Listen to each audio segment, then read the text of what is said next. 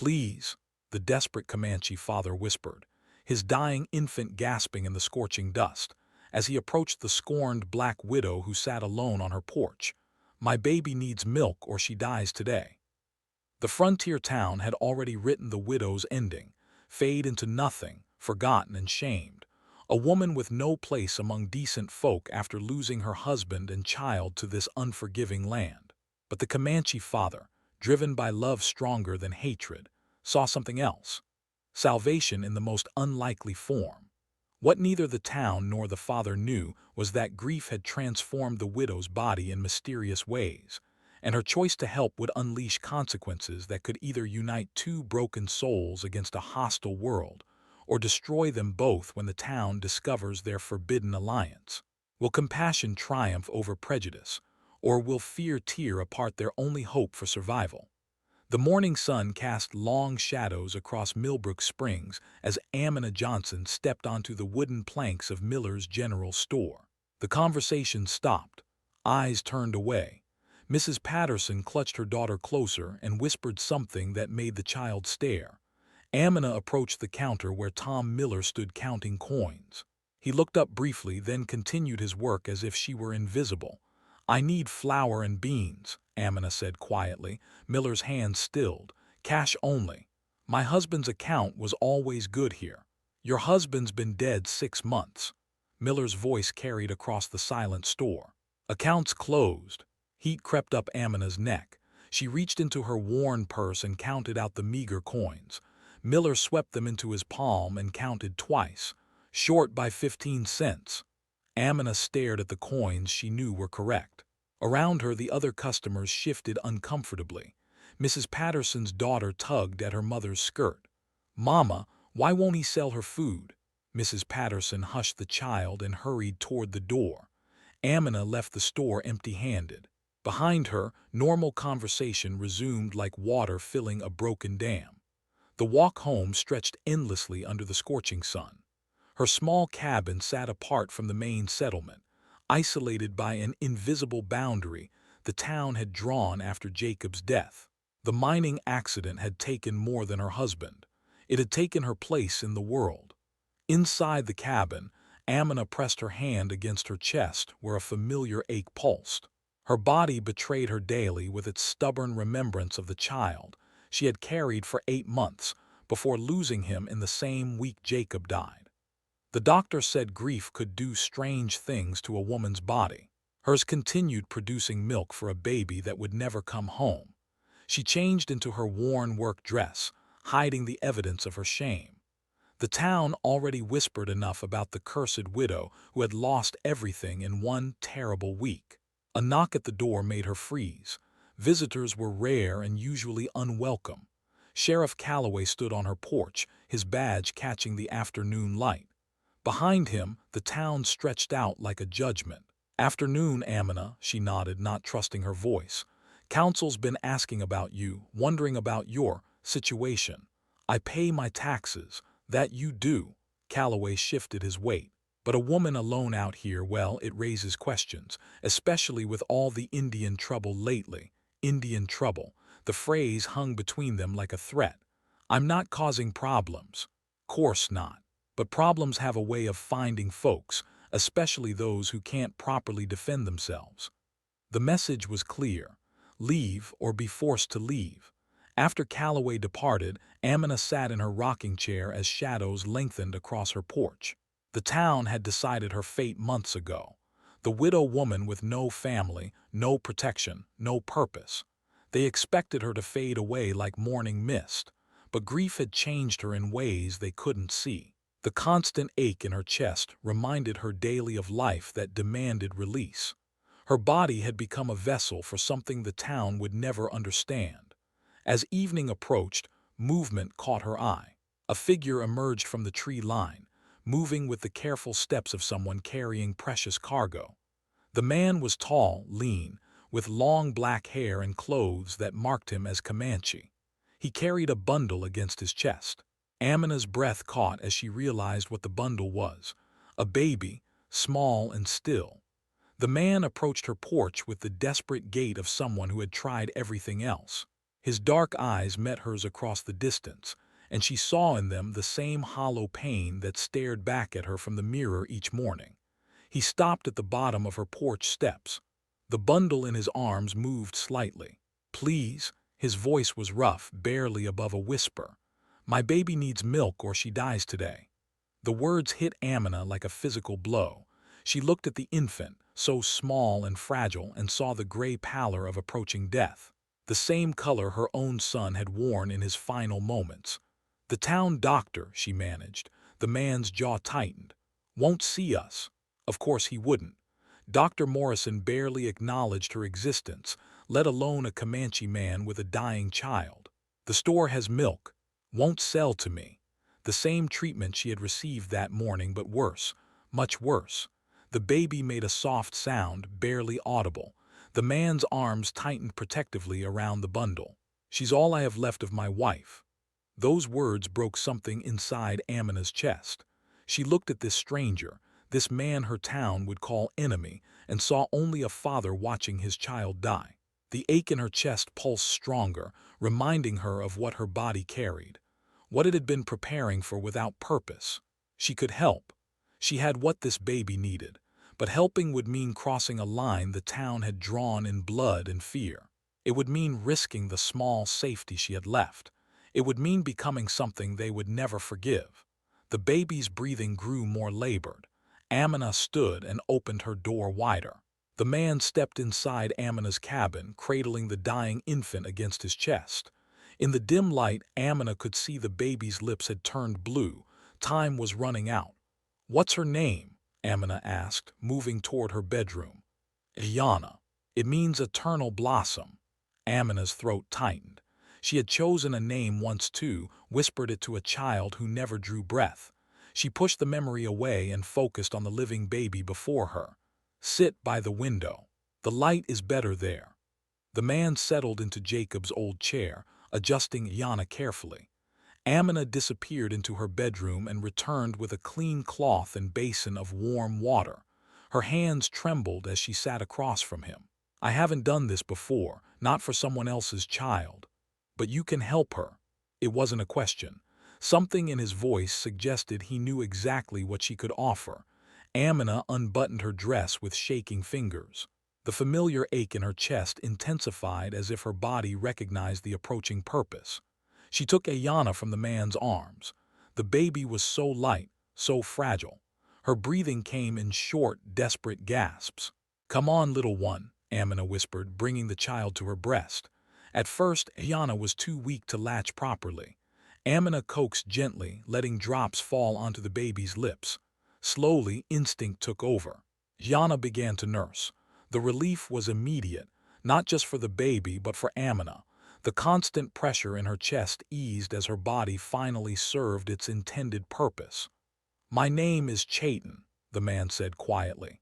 "Amina." They sat in comfortable silence as Iyanna fed.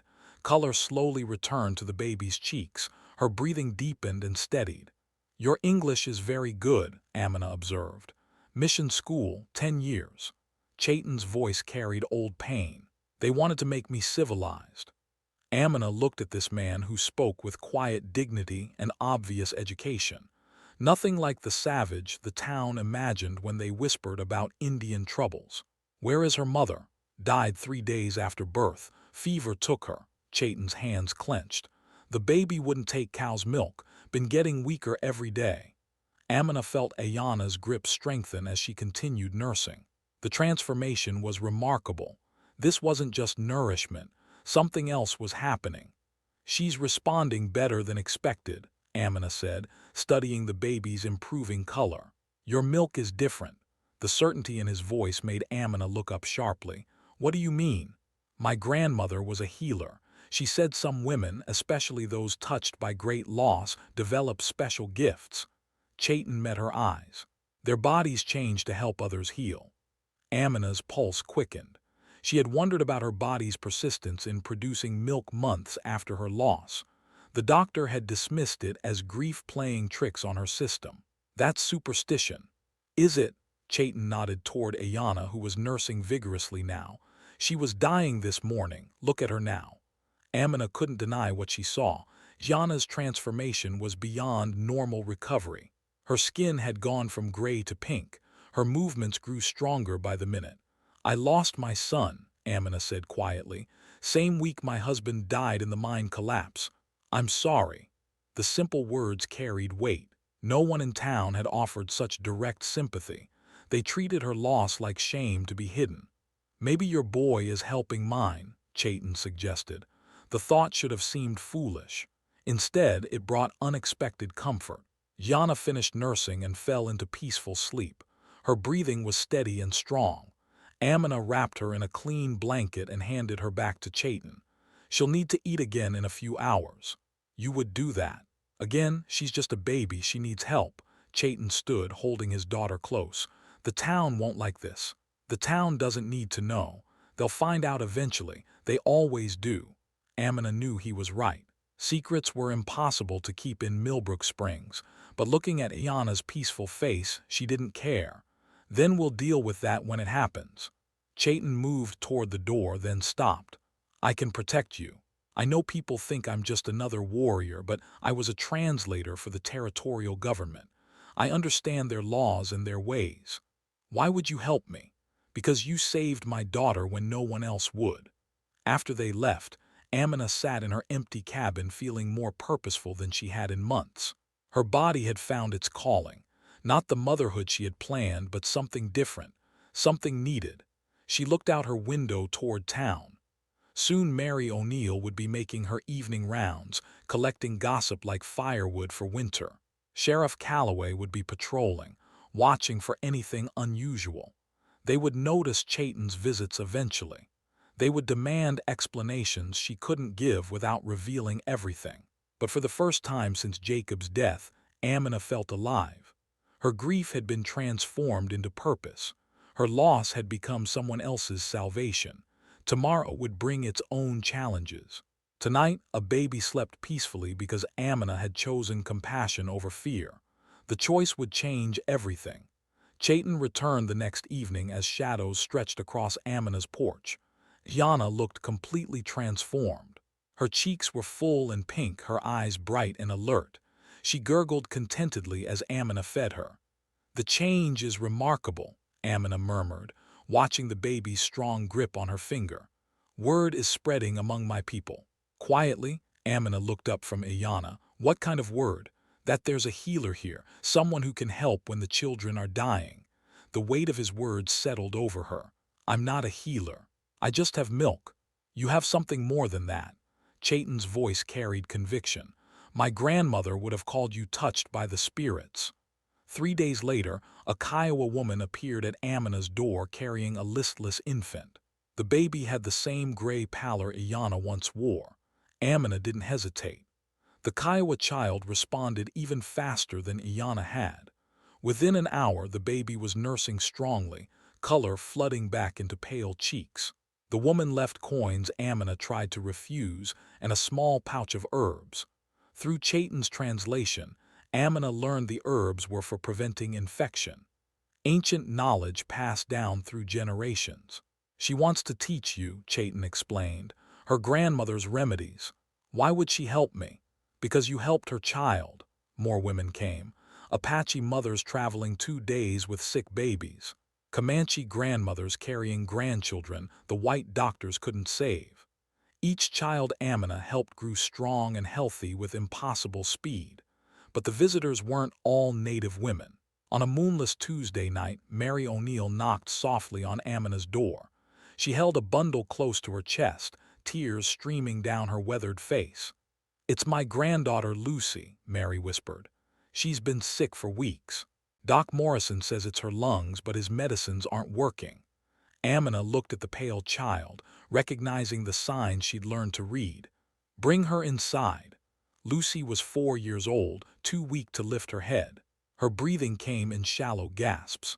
Amina prepared a mixture using the herbs the Kiowa woman had shared, then offered her own nourishment. Within hours, Lucy was sitting up asking for water. By morning she was playing with the carved wooden doll Chayton had made for Iyana. "How is this possible?" Mary asked, staring at her transformed granddaughter. "I don't know," Amina admitted. "But it works." Mary left with Lucy on her hip, healthy and laughing. She pressed a gold coin into Amina's palm despite protests. "You can't tell anyone," Amina said as Mary reached the door. "I know what this town would do to you." Mary's voice was firm. "Your secret's safe." But secrets in small towns had a way of growing like wildfire. Amina began documenting everything in Jacob's old ledger book. Which children responded fastest, which herbs worked best for different symptoms. The patterns that emerged surprised her. "You're thinking like a real doctor," Chayton observed one evening as she showed him her notes. "Doctors go to medical school. I'm just trying to understand what's happening." Understanding is what makes someone a healer. Sheriff Calloway started riding past Amina's cabin more frequently. His eyes tracked the occasional visitors who approached under cover of darkness. Amina knew his suspicion was growing. Dr. Morrison visited unexpectedly on a Thursday morning, his medical bag clutched tightly in his hand. "Heard you've been playing nurse," he said without preamble. "I help where I can. Without training, without license, without understanding the damage you might cause." Morrison's face was flushed with anger. "These people need real medicine, not folk remedies and superstition. The children I've helped are getting better." Coincidence. They would have recovered anyway with proper treatment. But Morrison's own treatments had been failing more frequently.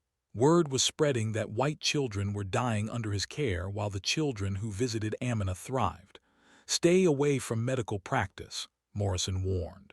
"Next time, I'll have the sheriff arrest you for practicing without a license." After he left, Amina sat on her porch feeling the walls closing in. The town was starting to pay attention to her activities. Chayton arrived earlier than usual that evening, his expression grim. "Something's wrong in town," he said. "More children getting sick." "White children? What kind of sick?" "Same symptoms you've been treating, but worse. 3 families lost children this week." Amina's blood chilled. Dr. Morrison's patients, all of them. The pattern was disturbing. Children under Morrison's care were dying while those who came to Amina recovered completely.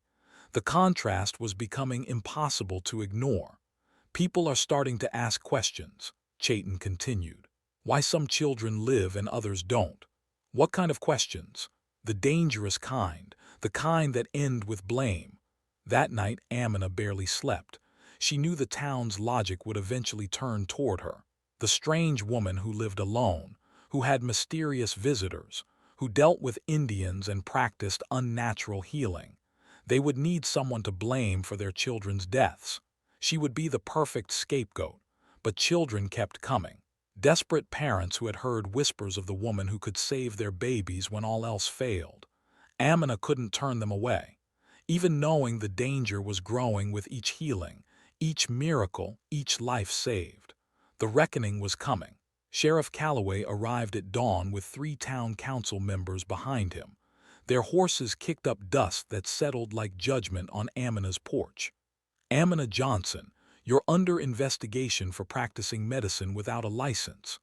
Amina stood in her doorway, still wearing her nightgown.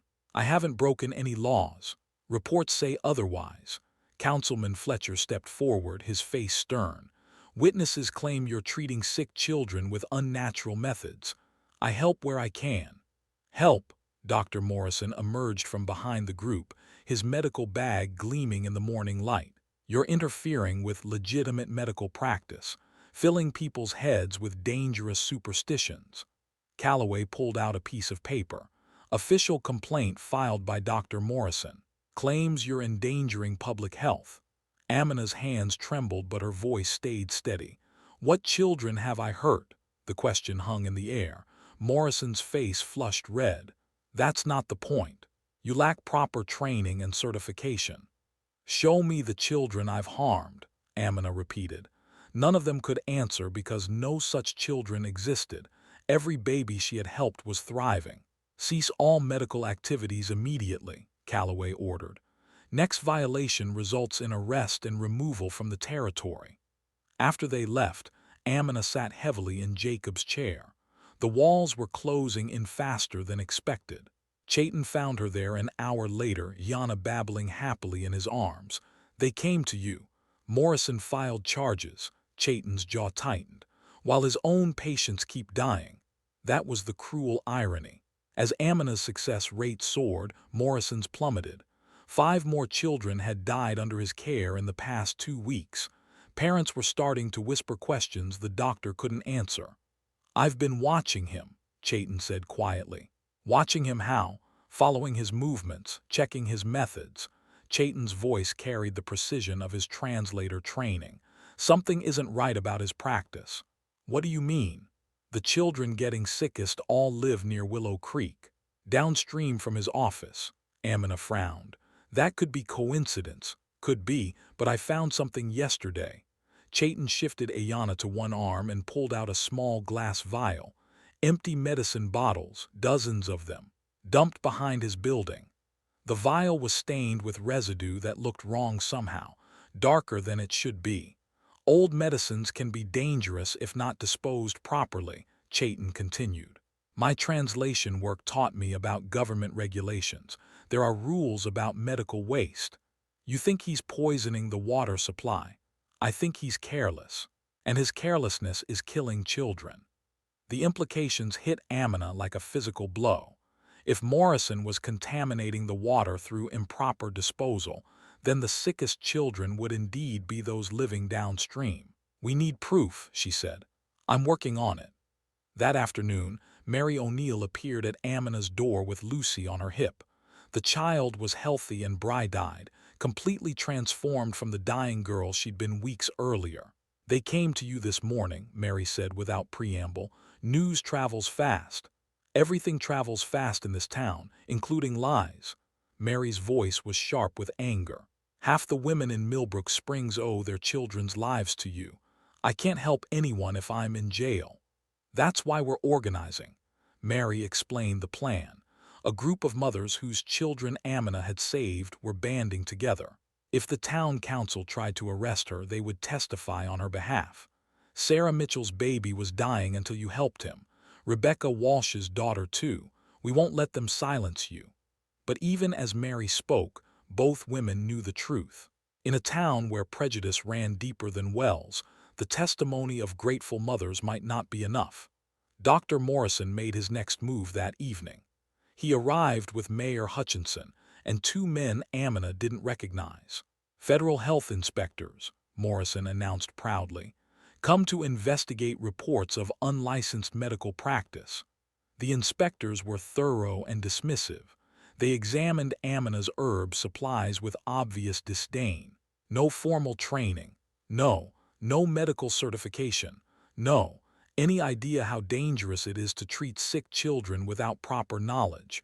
Amina looked at the man asking the question.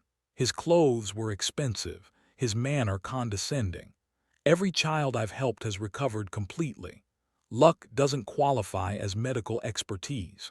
Morrison stood behind the inspectors, smug satisfaction radiating from his posture. This was his revenge for the questions people had started asking about his failures. "Cease all activities immediately," the lead inspector declared. "Any further reports will result in federal charges." After they left, Amina felt the full weight of her isolation. The federal government now stood against her. The town council wanted her gone. Even helping dying children had become a crime. But that night, as she sat in the darkness, she heard a soft knock. A desperate father stood on her porch holding a bundle. His child was barely breathing. "Please," he whispered. "She's all I have." Amina looked at the dying baby, then at the empty road where authorities had delivered their ultimatum. She opened her door wider. Some choices transcended law and consequences. Some choices were simply about saving lives. Chayton arrived at dawn carrying a leather satchel filled with evidence. His face was grim but determined as he spread glass vials and water samples across Amina's kitchen table. "I found the source," he said quietly. The vials contained murky water taken from various points along Willow Creek. The samples closest to Dr. Morrison's office showed a dark residue that shouldn't exist in natural water. He's been dumping everything behind his building for years. Old medicines, surgical waste, chemical solutions. Chayton's voice carried the precision of his government training. It all flows into the creek that supplies water to half the families in town. Amina studied the samples with growing horror. The children getting sickest all live downstream. The contamination is worst where the creek bends near the Morrison property. We need to tell Sheriff Calloway. Already tried. He won't listen to accusations against the town doctor from an Indian. The bitter reality hung between them. Chayton's evidence was solid, but his word carried no weight in white courts. Then we find another way. That afternoon, Dr. Morrison burst into Amina's cabin without knocking. His usually composed demeanor had cracked, revealing something desperate underneath. "You're still treating patients. After direct orders to stop. I don't know what you mean. The Henderson baby, dying yesterday, perfectly healthy today." Morrison's hands shook as he pointed an accusing finger. "That doesn't happen naturally. Maybe your diagnosis was wrong." "My diagnosis was accurate. That child was beyond saving." Morrison's voice rose to near hysteria. "Unless someone used unnatural methods to interfere." Amina remained calm despite her racing heart. "What are you suggesting?" "Witchcraft, devil worship, something evil that's cursing this town's children while making yours thrive." The accusation should have been laughable. Instead, it chilled Amina to her bones. Witchcraft charges could mean death. "You're talking nonsense, doctor." "Am I? Then explain why children under my care keep dying while yours live. Explain the supernatural recoveries. Explain how a woman with no medical training achieves impossible results." Morrison stepped closer, his eyes wild. "I know what you are. I know what you're doing, and I'll expose you before you destroy this entire town." After he left, Amina realized the true danger of her situation. Morrison wasn't just protecting his reputation. He was fighting for his survival. If people discovered his negligence was killing children, his career would end. Blaming her was his only escape. Chayton found her packing that evening. "You're leaving? Morrison's going to accuse me of witchcraft. I won't survive that trial. Running won't solve anything. He'll just find another scapegoat. But the children will stop coming to me. They'll be safer." "Will they?" Chayton set Ayanna down to play with her wooden doll. "How many more will die from Morrison's contaminated water while he blames supernatural forces?" The question stopped Amina's frantic packing. How many children would suffer if Morrison continued his careless practices unchallenged? "Mary O'Neill is organizing the mothers," Chayton continued. "They want to testify about your healing work. Show the town council what really happens when children come to you. Their testimony won't matter if I'm charged with witchcraft. Then we make sure you're not." Chayton pulled out a final piece of evidence. A ledger book with Morrison's own handwriting. Found this in his office waste pile. Amina opened the book and read entries that made her stomach turn. Morrison had been documenting his failures but blaming them on outside influences. References to Indian curses, mentions of supernatural interference, building a case for witchcraft accusations. "He's been planning this for weeks," she whispered, "planning to use you as cover for his own incompetence." The next morning brought the confrontation neither of them wanted but both had expected. Morrison arrived with Sheriff Calloway and a crowd of angry townspeople. "There she is," Morrison shouted, pointing at Amina. "The witch who's been cursing our children while pretending to heal them." The crowd murmured uneasily. Some faces showed fear, others displayed doubt. "Serious accusation, Doc," Calloway said slowly. "I have proof. Unnatural recoveries, impossible healing. Children who should have died but lived through supernatural intervention." "That's not proof of witchcraft," Mary O'Neill's voice cut through the crowd. She pushed forward with Lucy in her arms. "That's proof of actual healing." Other mothers joined Mary, forming a protective barrier around Amina's porch. Sarah Mitchell carried her healthy baby. Rebecca Walsh held her daughter's hand. A dozen women whose children Amina had saved stood together. "These children were dying under Morrison's care," Mary declared loudly enough for everyone to hear. "Amina saved them when he couldn't." "Because she made a deal with dark forces," Morrison shouted back. Because she has a gift you don't understand, Mary replied firmly. The crowd was splitting. Some nodded agreement with Morrison's accusations. Others looked at the healthy children surrounding Amina and saw different evidence. Chayton stepped forward holding his leather satchel. I have something everyone needs to see. Sheriff Calloway's hand moved to his gun. Stay back, Indian. Evidence that explains why children are really dying in this town. Chayton opened the satchel and pulled out the water samples and Morrison's discarded ledger. The real poison isn't supernatural. It's in your water supply. Chayton held up the contaminated water samples where everyone could see the dark residue swirling in the glass vials. The crowd pressed closer, murmurs rippling through their ranks. This water came from Willow Creek, directly downstream from Dr. Morrison's office, Chayton announced, his voice carrying the authority of his government training. It's poisoned with medical waste. Sheriff Calloway stepped forward. That's a serious accusation, with serious evidence. Chayton opened Morrison's discarded ledger and read aloud. Failed treatment, possible supernatural interference. Patient died despite proper care, suspect outside forces. The crowd's murmur grew louder. Parents whose children lived near Willow Creek exchanged worried glances. Dr. Morrison's face went pale. Those are private medical notes taken illegally.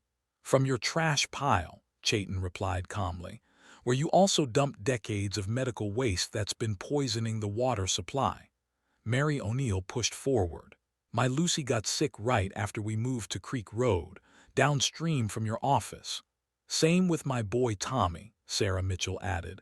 Got worse every day until we brought him to Amina. More voices joined the chorus, parents realizing the pattern they had missed. The sickest children all lived in the same area, all drank from the same contaminated source. Sheriff Calloway examined the water samples with growing concern. Even without scientific training, the contamination was obvious. Dr. Morrison, you want to explain this? Morrison's composure cracked completely. Medical waste disposal is expensive. I was saving the town money by handling it myself. By dumping poison into our water, Mayor Hutchinson's voice carried outrage. It was supposed to be diluted enough to be harmless. Children are dead, Mary O'Neill said flatly. The weight of those words settled over the crowd like a burial shroud. Morrison's negligence hadn't just made children sick, it had killed them. Arrest him, someone shouted from the back. He murdered my grandson, another voice cried. Sheriff Calloway looked at Morrison with disgust. Dr. Morrison, you're under arrest for criminal negligence and public endangerment. As Morrison was led away in chains, he made one last desperate attempt to shift blame. She's still a witch. The recoveries are still unnatural. Mary O'Neill stepped onto Amina's porch, her voice carrying across the crowd. The only thing unnatural here is a doctor who poisons the people he's supposed to heal.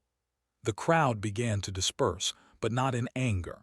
Parents approached Amina with gratitude instead of suspicion. Hands reached out to touch her arms, her hands, offering thanks they had been too frightened to give before. Thank you for saving my daughter. You gave us back our son. We're sorry we didn't believe you sooner. 1 year later, the transformation was complete. Amina's healing center occupied the building that had once housed Morrison's practice. Clean water flowed through new pipes that bypassed the contaminated creek section. The federal government had funded the cleanup after Morrison's crimes made national headlines. Inside the center, Amina worked alongside 3 apprentices. 2 were settler women who had lost children to Morrison's negligence and wanted to prevent future tragedies. The 3rd was a Kiowa woman whose grandmother's herbal knowledge complemented Amina's unique gift. The Turner baby is responding well, reported Sarah Mitchell, now Amina's senior apprentice. Good. Continue the treatments twice daily.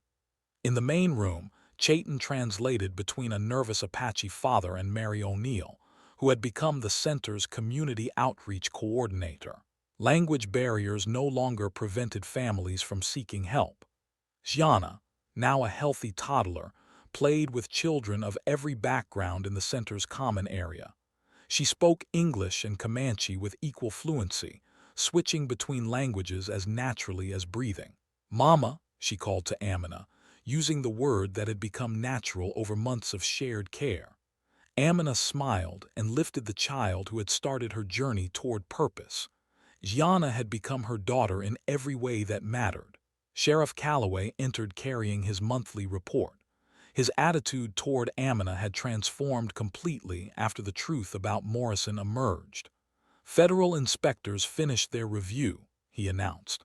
"Your center is officially certified as a territorial medical facility."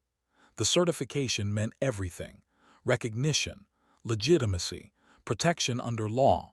"Dr. Peterson will arrive next month to provide additional medical training," Calloway continued. "Real doctor, not like Morrison. He's excited to learn your methods." Through the window, Amina could see the town that had once rejected her. Families of every background walked the streets together. Children played without the invisible barriers that had once divided them. The contaminated section of Willow Creek had been cleaned and restored. Memorial stones marked the places where poisoned children had played, honoring lives lost to one man's greed and carelessness. Chayton approached carrying treatment supplies. His role as cultural liaison had evolved into something deeper, a partnership built on mutual respect and shared purpose. Ready for afternoon appointments, always. As families began arriving for treatment, Amina reflected on the journey that had brought her here. Grief had transformed into purpose. Loss had become healing. Rejection had turned into acceptance. The desperate Comanche father who had once begged for milk now worked beside the woman who had saved his daughter. Together, they had built something neither could have achieved alone: a future where healing transcended boundaries, where compassion conquered fear, where two broken souls had mended a divided community. And that is all to the story for now. Please let me know where you are tuning in from. Perhaps we will create a story there. Consider liking this video and subscribing to our channel. And if you enjoy our content, click this video on your screen. I promise you it's worth watching. See you tomorrow.